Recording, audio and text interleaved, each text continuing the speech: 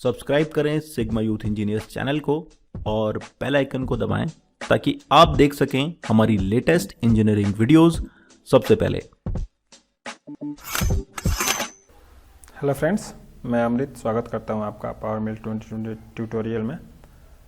तो आज हम बेसिकली सीखेंगे टूल, क्या क्या टूल्स होते हैं, टूल डेटाबेस कैसे बनाते हैं, ठीक है, और टूल डेटाबेस का यूज़ कैसे करते हैं, ये सब हम सीखेंगे आज। ओके, तो आई होप आप लोग प्रैक्टिस कर रहे होंगे जितना भी मैंने बताया है। हमने लगभग वर्क प्लान क्रिएट करना, एडिटिंग करना, बाउंड्री और graphic user interface, keyboard shortcuts, ये सब हमने सीख लिया। तो आप इसका रेगुलर प्रैक्टिस करिए, जितना ज़्यादा प्रैक्टिस करेंगे उतना ज़्यादा बेहतर होगा आप लोगों के लिए, ठीक है। इंडस्ट्री में काम करना उतना ज़्यादा आसान हो जाएगा। ओके, तो आज हम लोग स्टार्ट करते हैं टूल डेटाबेस क्रिएट करना, टूल्स के बारे में जानना, ठीक है। तो टूल डेटाबेस क्या होता है और टूल क्या होता है मैं धीरे धीरे बताता हूँ। तो लेट्स स्टार्ट और दिस लेक्चर। तो देखिए, टूल क्या होता है, जब भी हम कोई पार्ट लेते हैं, उसे इंपोर्ट करते हैं, तो सिंपली उसकी मैन्युफैक्चरिंग के लिए हमें एक कटर चाहिए होता है, जिसे जनरली टूल कहते हैं, ठीक है। कई तरह का टूल होता है, जैसे मैं अगर यहाँ सिंपली टूल पर जाकर क्लिक करता हूँ तो देखिए कितने तरह के टूल हैं, और भी इसमें है ऑप्शन। देखिए, पहला है एंड मिल। एंड मिल जैसा कि ये इमेज में देख पा रहे होंगे आप लोग, ये बिल्कुल स्ट्रेट टूल होता है और इसमें फ्लूट्स होते हैं, 3 फ्लूट, 2 फ्लूट, 4 फ्लूट। फ्लूट वो होता है जो इसका कटिंग, जो एक्चुअली मटेरियल कट करता है, ठीक है। इसमें सिंपली चाहे वो कार्बाइड का टूल हो या HSS का टूल हो, उसमें एक प्रोफाइल कटी होती है, ऊपर कुछ सैंक होता है और नीचे कुछ लेंथ तक प्रोफाइल कटी होती है। वो प्रोफाइल ही एक्चुअल मटेरियल कट करती है, मटेरियल रिमूव करती है, ठीक है। ये एंड मिल हो गया। ये बॉल नोज हो गया। बॉल नोज क्या है कि सपोज जितने का हम बॉल नोज लेते हैं, 6 का, 8 का, तो उसका आधा ये रेडियस होता है। सपोज मैंने 6 का बॉल नोज लिया, तो इसमें जो बिल्कुल एंड पॉइंट है, ऊपर तो प्रोफाइल होती है लेकिन जो बिल्कुल एंड पॉइंट है, जैसा कि आप यहाँ देख सकते हैं, यहाँ अगर 6 का बॉल नोज है तो 3 का रेडियस होगा, ठीक है। 8 का बॉल नोज है तो 4 का रेडियस होगा, 12 का बॉल नोज है तो 6 का रेडियस होगा। तो इस हिसाब से होता है, ठीक है। ऊपर नॉर्मल फ्लूट ही होता है, बट नीचे ये बिल्कुल रेडियस होता है। ये ज़्यादातर फिनिशिंग करने के काम आता है, ठीक है। जहाँ भी रेडियस है अगर पार्ट में, तो फिनिशिंग करने का काम आता है, ठीक है। उसके बाद आता है next tip radius. Tip radius क्या होता है कि सपोज मैंने कोई टूल सेलेक्ट किया है, ठीक है। सपोज 8 का एंड मिल मैंने सेलेक्ट किया है, तो उस एंड मिल का जो सबसे कॉर्नर पॉइंट, ये जो पॉइंट होता है, तो इस कॉर्नर पे रेडियस कटा होता है, ठीक है। वो रेडियस हम अपने हिसाब से डिजाइन कर सकते हैं, अपने हिसाब से जो भी हमें चाहिए वो रेडियस हम प्रोड्यूस कर सकते हैं वहाँ पे। Suppose 8 × 1 R, 8 × 2 R, 6 × 1 R, 6 × 0.5 R, ठीक है। इस तरह का रेडियस होता है उस टिप पे, ठीक है। तो ये एक टूल है। और कई बार ऐसा होता है, इंसर्ट कटर यूज़ करते हैं हम लोग। सपोज जहाँ हमें ज़्यादा मटेरियल कट करना है तो वहाँ हम इंसर्ट कटर यूज़ करते हैं। वो एक टूल होता है जिसमें 2 ही फ्लूट होते हैं, उसमें 2 इंसर्ट हम ऐड करते हैं और उस इंसर्ट में रेडियस होता है। अब वो रेडियस कुछ भी हो सकता है, 4R का, 0.8R का, कई सारे स्टैंडर्ड रेडियस टूल्स आते हैं जिनमें वो ऑलरेडी रेडियस बना होता है। तो इस तरह का टूल हम यूज़ कर सकते हैं, ठीक है। नेक्स्ट है ड्रिल। ड्रिल तो आप लोग सिंपली जानते होंगे, ड्रिलिंग टूल होता है, ठीक है। इसमें कुछ ज़्यादा हमें समझने की वो नहीं है, नॉर्मली टूल आप लोगों ने देखा भी होगा। नेक्स्ट आता है टैपिंग। टैपिंग में क्या होता है कि टैप एक तरह से, सपोज मुझे कहीं थ्रेड क्रिएट करना है इनसाइड किसी बोर में या किसी होल में, तो वहाँ हम टैपिंग टूल का यूज़ करते हैं। पहले ड्रिलिंग करते हैं, फिर उसमें इंटरनल थ्रेडिंग करते हैं, आईडी में उसकी थ्रेडिंग करते हैं, ठीक है। उसके लिए हमें इस टैपिंग टूल की ज़रूरत पड़ती है। कई तरह के टैप होते हैं, वो हम आगे सीखेंगे धीरे धीरे, ठीक है। जैसे M2, M4, M5, M6, अलग अलग तरह के टैप होते हैं, उनका पिच भी होता है, ठीक है। नेक्स्ट आता है थ्रेड मिल। देखिए, इन दोनों में अंतर यही है, जो टैपिंग है ये किसी भी होल का इनसाइड वो थ्रेड क्रिएट करता है डायरेक्टली, लेकिन ये जो थ्रेड मिल है ये इनसाइड और आउटसाइड दोनों साइड थ्रेड क्रिएट कर सकता है। अगर मुझे किसी बोल्ट के आउटसाइड थ्रेड चाहिए तो भी मैं इसका यूज़ कर सकता हूँ, और किसी होल के अंदर थ्रेड चाहिए मुझे तो भी मैं इसका यूज़ कर सकता हूँ। ये दोनों जगह यूज हो सकता है, ठीक है। तो लेकिन इसकी प्रोग्रामिंग थोड़ी क्रिटिकल होती है, थोड़ी सी टिपिकल होती है कंपेयर टू दिस वन। ये इसकी प्रोग्रामिंग बहुत आसान होती है, वो हम धीरे धीरे सीखेंगे अभी कि कोड्स क्या क्या होते हैं इन सब के लिए अलग अलग, वो भी सीखेंगे। नेक्स्ट है हमारा टिप डिस्क टूल। जैसा कि आप नाम से समझ पा रहे होंगे, डिस्क की तरह होता है, टी आकार में होता है ये टूल, ठीक है। उसकी कुछ थिकनेस होती है, उसका कुछ डाया होता है, जिसमें टूल का डाया आप लोग देख सकते हैं। यहाँ टूल का डाया अलग होता है, सैंक का डाया अलग होता है और होल्डर का डाया अलग होता है। ये 3 प्रोफाइल में इसको डिजाइन किया जाता है। जहाँ भी सपोज अंडर कट करना है वहाँ इस टूल का यूज़ करते हैं। जहाँ भी कहीं अंडर कट में स्लॉट कटिंग करनी है तो इस टूल का यूज़ कर सकते हैं हम लोग, ठीक है। इसका भी हम मशीनिंग देखेंगे कहाँ कहाँ हम टूल पाथ में इसका यूज़ कर सकते हैं, ठीक है। Next of centre tip radius. आप लोग ध्यान से देख सकते हैं यहाँ पे कि इसका जो सेंटर है, ये जो टिप है वो सेंटर पे नहीं है, ठीक है। इधर रेडियस ज़्यादा है और इधर रेडियस कम है, ठीक है। तो ऐसे भी टूल का यूज़ होता है, स्पेशल टूल्स होते हैं स्पेशल पर्पज़ के लिए, ठीक है। नेक्स्ट है बैरल टूल। देखिए सपोज मेरी ये जो रेडियस है, मुझे इस रेडियस का प्रोफाइल अगर क्रिएट करना है, अंडर कट करना है, या मेरा कोई पार्ट है जो नेगेटिव एंगल में है इस रेडियस में, तो मैं वहाँ इस टूल का यूज़ करूँगा, ठीक है, बैरल टूल का। नेक्स्ट है टेपर्ड स्फेरिकल टूल। आप लोग देख सकते हैं कि ये एक तो टेपर भी है और पॉइंट पे स्फेरिकल है, ठीक है। तो जहाँ भी हमें जैसे प्रोफाइल की जरूरत पड़ती है उस हिसाब से हमें टूल डिजाइन करना पड़ता है। ये देखिए टेपर भी है ऐसे, और यहाँ कॉर्नर पे आपका स्फेरिकल भी है, ठीक है। नेक्स्ट आता है टेपर टिप्ड टूल। कहने का मतलब ये तो टेपर भी है और ये जो एरिया है वो टिप है, यहाँ भी रेडियस होता है, ठीक है। 1 आर हो 2 आर हो जो भी हो, तो इस तरह का भी टूल यूज होता है। नेक्स्ट है डॉटल कटर। ये कटर स्पेशल डिजाइन किया जाता है। सपोज कहीं मुझे 4 डिग्री 5 डिग्री कोई वर्टिकल वॉल है और वो 4 डिग्री 5 डिग्री इतने डिग्री नेगेटिव एंगल में है, तो वहाँ पे मुझे मशीनिंग करने के लिए इस डॉटल कटर की ज़रूरत पड़ती है। वहाँ मैं जैसे कि मैं एयरस्पेस में काम करता हूँ तो वहाँ एक पार्ट आता है कैरेज रिब, जो एयर ब्रेक में काम आता है। तो उसमें जो वर्टिकल वॉल होता है वो 4 to 5 डिग्री नेगेटिव एंगल होता है, तो वहाँ मैं इस टूल का यूज़ करता हूँ, ठीक है। ये टूल जनरेट करना भी एक थोड़ा सा टिपिकल है, वो सब हम सीखेंगे धीरे धीरे।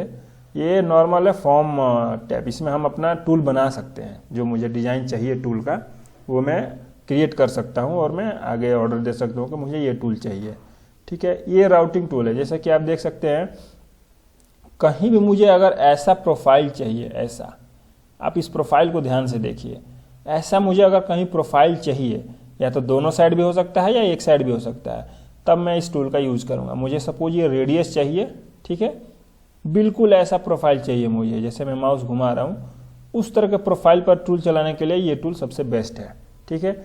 वो एक रेडियस क्रिएट कर देगा वहाँ पे, ओके। नेक्स्ट है टर्निंग प्रोफाइल। ये तो सिंपली है, CNC टर्निंग में यूज होता है इसका, मटेरियल कटिंग के लिए। और उसके बाद है टर्निंग ग्रूविंग। ग्रूविंग क्या होता है, सपोज कोई मेरा होल है, ठीक है, और उस होल से 10 mm डाउन जाकर मुझे ग्रूविंग कटिंग करनी है, जहाँ मैं या तो बियरिंग कहें या कोई एक रिंग फिट कर सकता हूँ मैं अंदर में, होल के अंदर, तो उसे ग्रूविंग कहते हैं। उसकी कटिंग के लिए इस टूल का यूज़ करते हैं, ठीक है। नेक्स्ट है इंस्पेक्शन प्रोब। ये क्या होता है कि जिस कंपनी में CMM होता है, जो हाईली प्रिसाइज्ड होता है इंस्पेक्शन करने के लिए, ठीक है, उसकी एक्यूरेसी बहुत हाई होती है। बड़े बड़े पार्ट्स की चेकिंग मैनुअली नहीं कर पाते हैं जहाँ, वहाँ हम CMM का यूज़ करते हैं उस डायमेंशंस को चेक करने के लिए। तो वहाँ इस टूल का यूज होता है, इस प्रोब को, इसे प्रोब कहते हैं। तो इसके सहारे हम डायमेंशन चेक करते हैं, ठीक है। तो ये क्वालिटी में इस टूल का यूज होता है, ओके। प्रोडक्शन में बहुत कम ही यूज होता है इसका, ना के बराबर शॉप फ्लोर में। इसका सिर्फ यूज क्वालिटी में होता है, CMM में खासकर, ओके। तो हमने टूल्स सीख लिया क्या क्या टूल्स हैं, ठीक है। नेक्स्ट हम चलते हैं टूल डेटाबेस पे। टूल डेटाबेस क्या होता है मैं दिखाता हूँ आप लोगों को। जैसे यहाँ देख सकते हैं आप लोग, ये जो एरिया है मेरा टूल डेटाबेस है, ठीक है। तो ये डेटाबेस ऑप्शन है, ठीक है। ये हम क्रिएट करके देखते हैं। सपोज मुझे कोई एंडमिल टूल डेटाबेस में ऐड करना है, ठीक है। मैं एंडमिल पर क्लिक करता हूँ। इससे पहले मैं आप लोगों को ये दिखा देता हूँ कि टूल डेटाबेस होता कहाँ है, ठीक है, और कैसे मतलब उसको हम देख सकते हैं। तो सबसे पहले टूल डेटाबेस देखने के लिए मुझे C ड्राइव में जाना पड़ेगा, ठीक है। C ड्राइव में क्लिक किया मैंने, उसके बाद प्रोग्राम फाइल्स में जाने के बाद ऑटोडेस्क में जाने के बाद पावर मिल, और पावर मिल में जाने के बाद फाइल में जो सबसे सेकंड लास्ट है टूल डीबी यानी टूल डेटाबेस, इस पर क्लिक करते हैं, यही मेरा डेटाबेस है। ठीक है, इसे आप लोग एक काम करिएगा, कॉपी करके किसी दूसरे ड्राइव में रख लीजिएगा, क्योंकि कई बार क्या होता है कि कोई विंडो में प्रॉब्लम हो गई या मेरा क्रैश कर गया विंडो, मुझे नई विंडो डालनी पड़ी, तो मेरा सी ड्राइव बिल्कुल ख़त्म हो जाता है। ठीक है, तो ये यहाँ से आप ट्रैक कर सकते हैं। जैसे कंप्यूटर में गए लोकल डिस्क सी में, वहाँ से प्रोग्राम फाइल, वहाँ से Autodesk, power mill, then file, then tool DB, यहाँ आपका टूल बेस क्रिएट होता है। आप इसे कॉपी करके दूसरे ड्राइव में रख लें।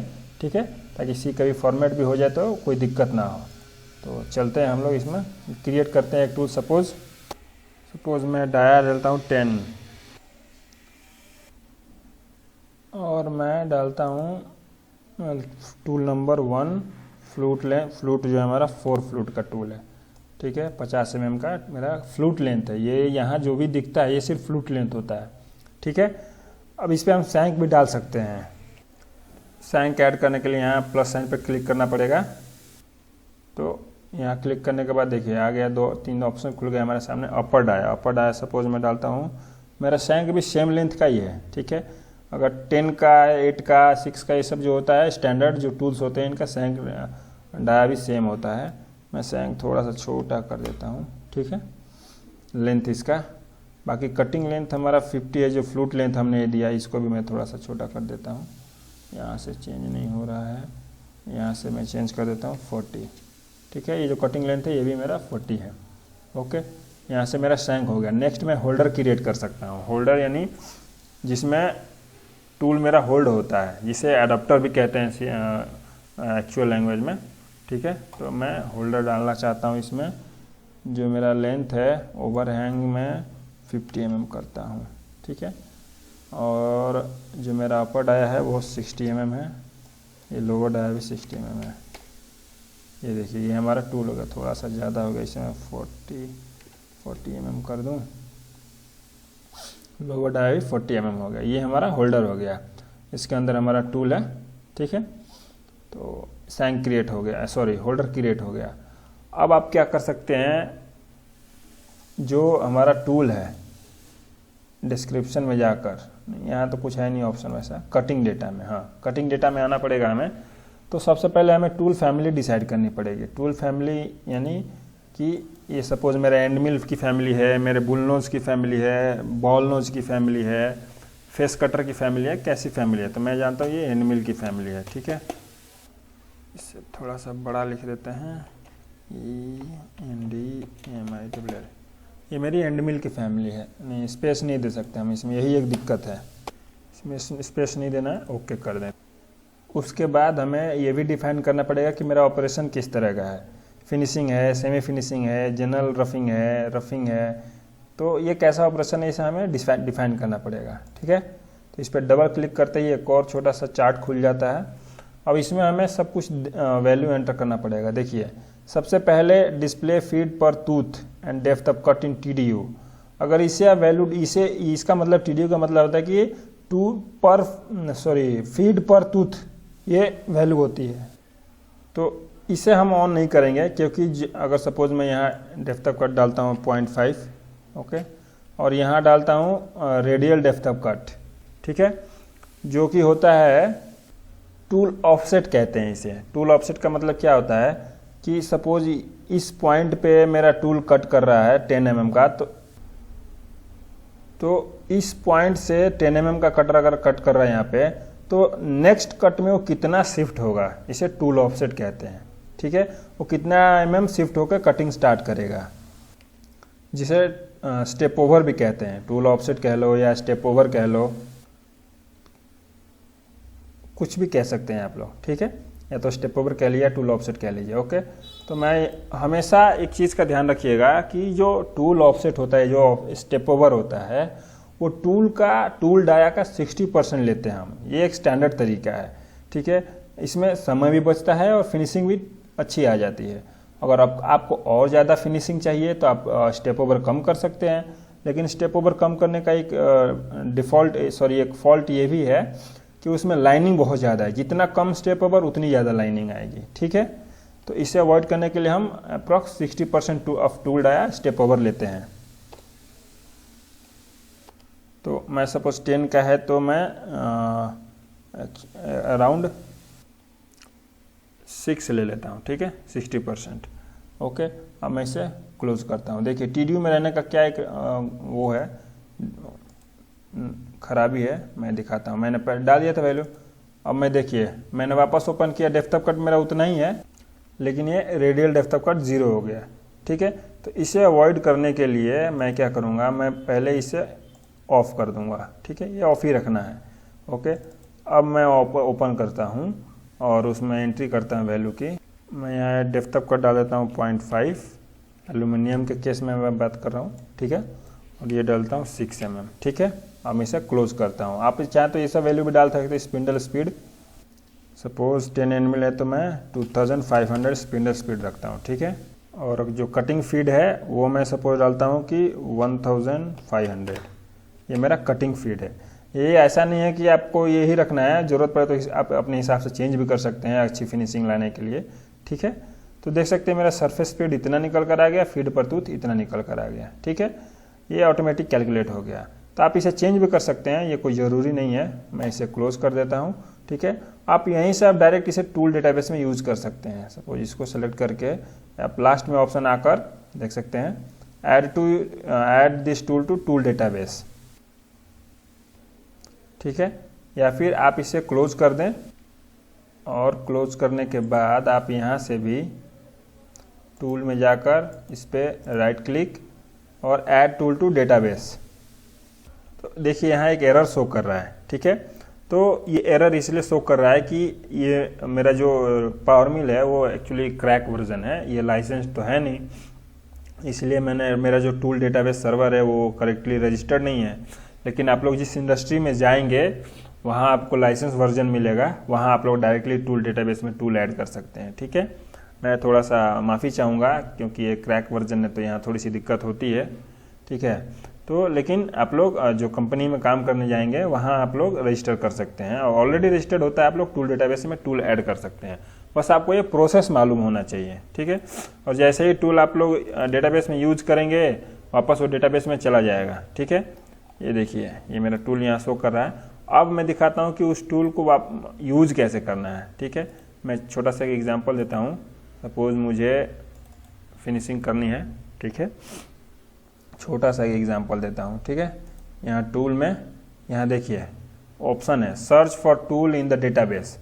अब जैसे ही यहाँ क्लिक करेंगे, एक्चुअली मेरा रजिस्टर नहीं है इसलिए एरर दिखा रहा है। जैसे ही आप क्लिक करेंगे तो जहाँ भी आपका टूल डेटाबेस होगा वहाँ चला जाएगा ये, और वहाँ से जो भी आप टूल सेलेक्ट करेंगे वो टूल डायरेक्टली यहाँ ऑलरेडी सेलेक्ट हो जाएगा, और इस टूल पाथ के लिए वो टूल कैलकुलेट हो जाएगा। ठीक है, आप चाहें तो नंबर ऑफ टूल्स वहाँ ऐड कर सकते हैं, जितने भी टूल्स आपको ज़रूरत पड़ती है वो सारे टूल्स आप ऐड कर सकते हैं। सबका स्टैंडर्ड जो कटिंग वैल्यू है वो सब ऐड कर सकते हैं, स्पेसिफिकेशंस ऐड कर सकते हैं, और बार बार आपको टूल बनाना नहीं पड़ेगा, वो ऑटोमेटिकली जनरेट हो जाएगा। जैसे आप डेटाबेस से सेलेक्ट करेंगे वो ऑटोमेटिकली आ जाएगा।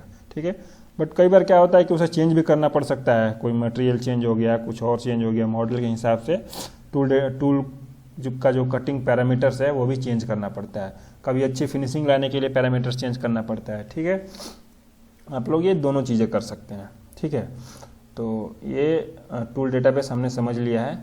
ओके, अब नेक्स्ट हम क्या करेंगे कि धीरे धीरे अब और तो आई थिंक कोई बेसिक चीज़ बची नहीं है। अब धीरे धीरे हमें टूल पाथ की तरफ मूव करना चाहिए। ठीक है, मैं आप लोगों को कुछ और थोड़ा सा और डिटेल्स दिखा देता हूँ। सपोज ये बॉल नॉच देखिए, बॉल नॉच ऐसा होता है, आप लोग देख लीजिए। ये एक्चुअली जो भी येलो में शो कर रहा है वो कटिंग फ्लूट है हमारा, जो प्रोफाइल कटा होता है ना उस पर जो एक्चुअल मटेरियल रिमूव करता है वो है ये येलो में।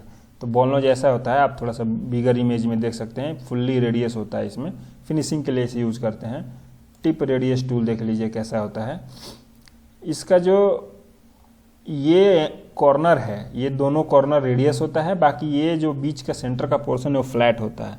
ठीक है, नाम ही है इसका टिप रेडियस। ये जो कॉर्नर का टिप है वो सिर्फ रेडियस होता है वहाँ पे, चाहे 1R हो, 2R हो, 3R हो। ठीक है, इंसर्ट कट रहे तो 0.8R से लेकर 6R भी टूल्स होते हैं, ठीक है, ये रेडियस होता है।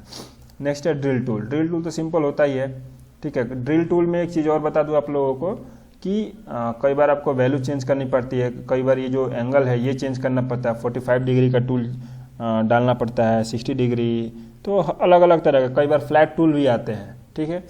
तो अलग अलग ऑपरेशंस में अलग अलग टूल यूज़ होता है, ठीक है।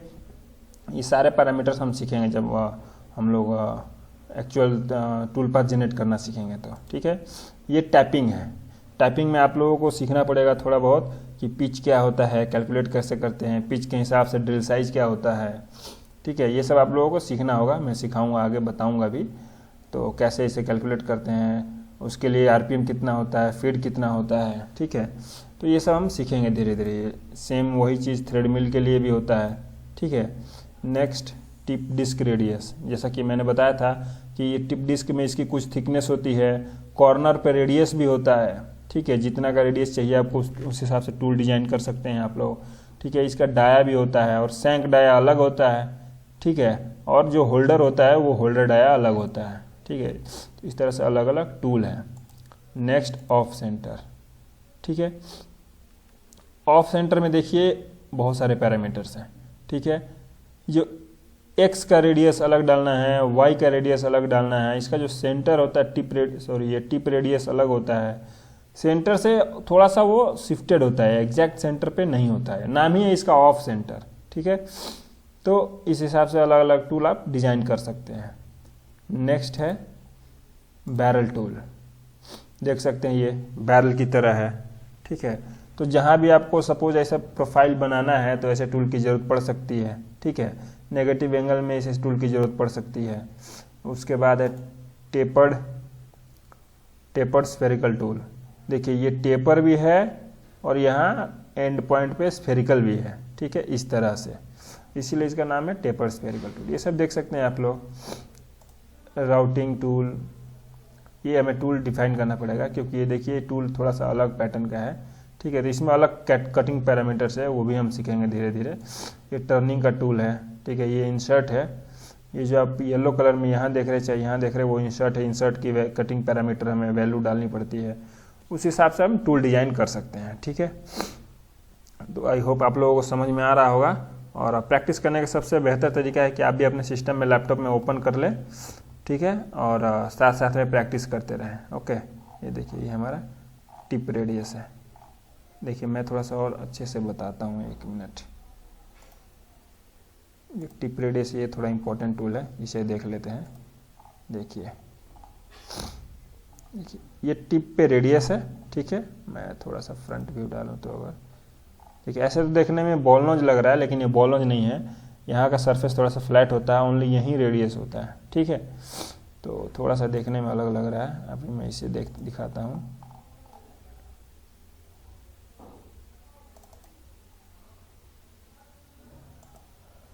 एक्चुअली सॉरी, वो टी कटर जो है वो इंपोर्ट नहीं हो पा रहा है, ठीक है, वो ओपन नहीं हो पा रहा है। कोई नहीं, जब हम टूल पाथ जनरेट करेंगे ना तब हम सारे टूल्स देखेंगे, कोई दिक्कत की बात नहीं है। तो यहाँ तक आप लोगों का आई होप समझ में आया होगा। नेक्स्ट हमारा क्या होगा, हमने सेटअप में और कुछ तो है नहीं। यहाँ टूल पाथ एडिटिंग हमें बाद में आएगा। टूल हमने देख लिया, बाउंड्री देख लिया, पैटर्न बचा हुआ है, पैटर्न भी देख लेंगे। पैटर्न बहुत सिंपल सी चीज़ है, कोई बहुत बड़ी चीज़ नहीं है, इसे भी हम देख लेंगे। लेकिन मैं तो कहूँगा कि सबसे बेस्ट तरीका है पैटर्न सीखने का, जब भी कोई मॉडल आता है ना तो उस मॉडल के दौरान ही हम पैटर्न बनाना सीख लेंगे।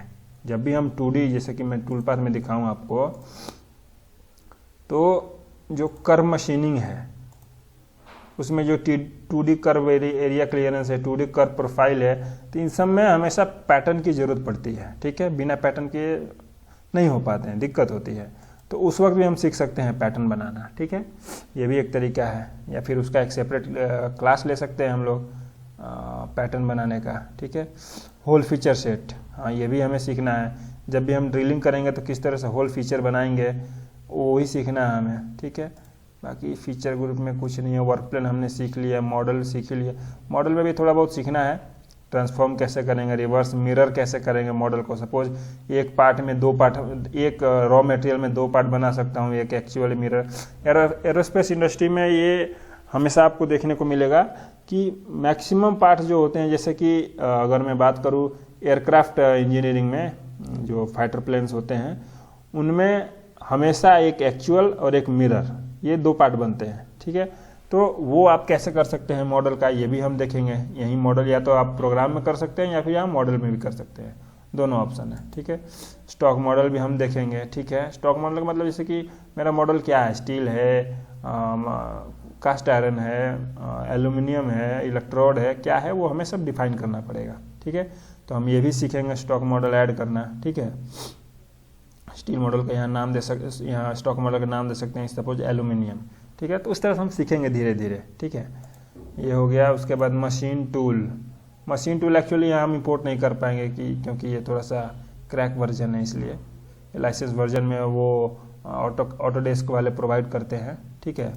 उसके बाद सिमुलेशन भी देखेंगे हम, एनसी प्रोग्राम भी सीखेंगे हम, ठीक है। एनसी प्रोग्राम क्रिएट करना, उसे एडिट करना, ये सब सीखेंगे धीरे धीरे, ठीक है। व्यू में तो मैंने आपको लगभग बता ही दिया है, उसमें कुछ ज़्यादा है नहीं। तो आई होप आप लोगों को टूल समझ में आया होगा, ठीक है। आप लोग और प्रैक्टिस करिए जो मैंने बताया है।